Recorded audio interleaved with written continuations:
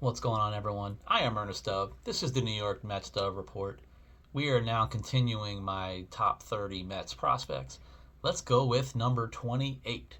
This is where I'm going young now. A lot of the players in my top 30 are projectable guys. Don't know, wild card, give it all the cliches.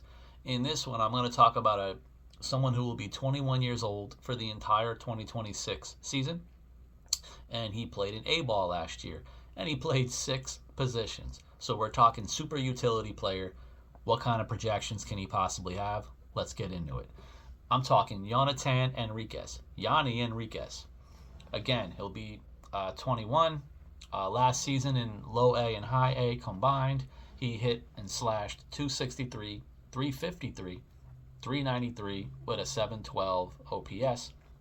Then he looked a lot better in the second half, where he slashed 294, 377, 441 with an 818 OPS in the second half.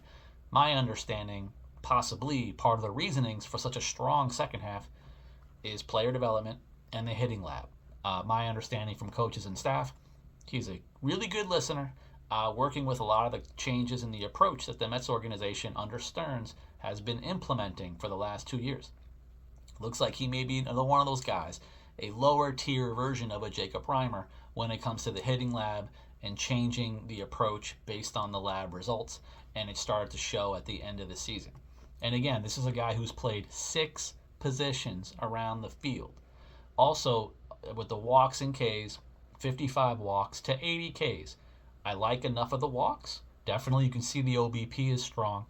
K rate not that high either. Plus 35 stolen bases last year in A ball. He's a guy who originally signed, I believe, in 2022 with a small signing bonus, or maybe a little bit over 100,000, which is pretty good for the hitters as well. So this is a very strong player, very young, extremely versatile. Again, hitting lab. Where does he project? He could be a while. I would project this even a possibility he may break camp back in Brooklyn because of all the player depth going on. Even though he can play almost every position on the field, he may have to continue to wait his turn. Again, player development wise, how much stronger can he get? How much of a hit tool can he get? For better or worse, I've been reporting on some of these super versatile guys for some years now, and some of the questions possibly really get into effect when you hit AA, AAA. Those are the show me levels where the hit tool really has to stand out. We've talked about some guys in the past who can play infield, outfield. Some of the stuff doesn't seem to always translate offensively when you get to those higher levels. That's going to be the key for Yanni Henriquez. But again, I heard good things about him from staff in low A when he played for the St. Lucie Mets. Again, follows directions. You know he follows the lab results. So can he continue to use everything learned going forward?